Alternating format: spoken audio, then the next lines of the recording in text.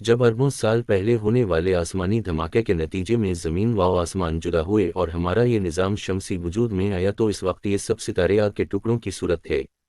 جو اس نظام کے وجود میں آ جانے کے بعد طویل عرصے تک اپنے اپنے مدار کے گرد گردش کرنے کے بعد جب آہستہ آہستہ ٹھنڈے ہوئے تو انہیں میں سے ایک ستارے یہ ہماری زمین پر زندگی کے لیے مناسب ماحول بھی پیدا ہو گیا۔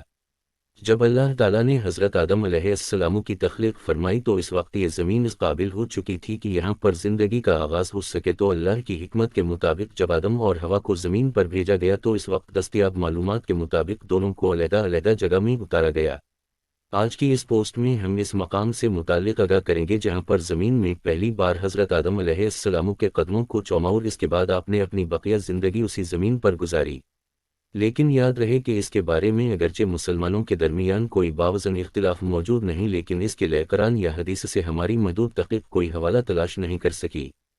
جبکہ یہ بات بھی قابل توجہ ہے کہ دنیا کے مختلف مذاہب کے ماننے والے قدموں کے اس نشان کو اپنے مذہبی رہنماؤں سے منسوب کرتے ہیں، جس کی تفصیل ہم آگے چل کر آپ کے سامنے رکھیں گے۔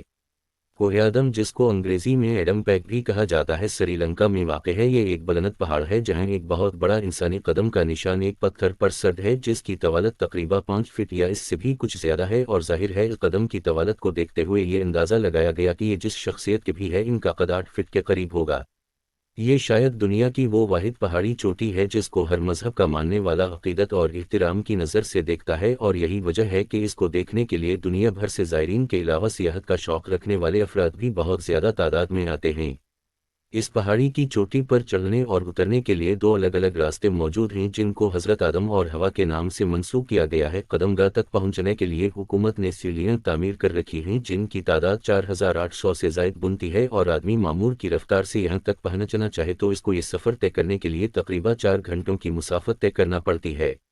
لیکن دوستو، یہاں پر دلچسپ بات یہ ہے کہ مسلمان اس قدم کو اگر حضرت آدم علیہ السلام سے منسوب کرتے ہیں تو عیسائی اس کو حضرت عیسیٰ علیہ السلام کے ایک حواری کا قدم جانتے ہیں، جبکہ بدھ مذہب کے پیروکار اس قدم کو مہاتما بدھ سے منسوب کرتے ہیں۔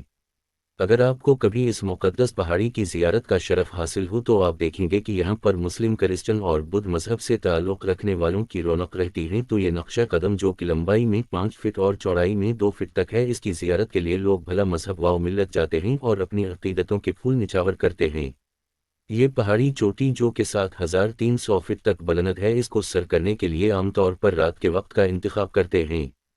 کیونکہ اس بلندی سے طلوع آفتاب کا منظر انتہائی دلکش ہوتا ہے جو اس وادی اور اس میں موجود چشموں پر اپنے خوبصورت رنگ بکھیرتا ہے۔ اس پہاڑی چوٹی کے راستے میں 2 غاریں اور ایک چشمہ بھی موجود ہے، جن میں سے ایک غار کو سکندر اعظم اور دوسری غار اور چشمے کو حضرت خضر علیہ السلام کی ذات سے منسوب کیا گیا ہے، جس سے مزید اونچائی پر یہ قدم گاہ موجود ہے۔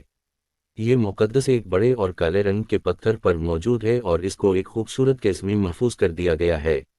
یہ ہے وہ روایات جو اس مقدس قدم گاہ کے بارے میں بیان کی جاتی ہیں، اور جیسا کہ میں نے عرض کیا کہ مسلمانوں کی اکثریت اسی حضرت آدم علیہ السلام سے منسوب کرتی ہے، جبکہ دیگر مذاہب کے پیروکار اس کو اپنے اپنے مذہبی رہنماؤں کے نام کرتے ہیں۔ لیکن اس بارے میں کوئی بھی ایسی مستند روایات ہمارے علم میں نہیں آ سکی جس کی بنا پر اس کو حتمی طور پر کسی بھی شخصیت سے منسوب کیا جا سکے۔ بہتر اور حتمی طور پر تو اللہ تعالیٰ کی ذات ہی جانتی ہے۔ اس کے ساتھ ہی آج کی پوسٹ کا اختتام ہوتا ہے۔ پوسٹ پسند آنے کی صورت میں اسے لائک کر کے ہماری حوصلہ افزائی کریں اور اس انفارمیشن کو اپنے دوسرے دوستوں کے ساتھ شیئر کریں۔ اپنا اور اپنے دوستوں اور رشتہ داروں اور گردونواح کے تمام دوستوں کا بہت خیال رکھیے گا۔ اللہ حافظ۔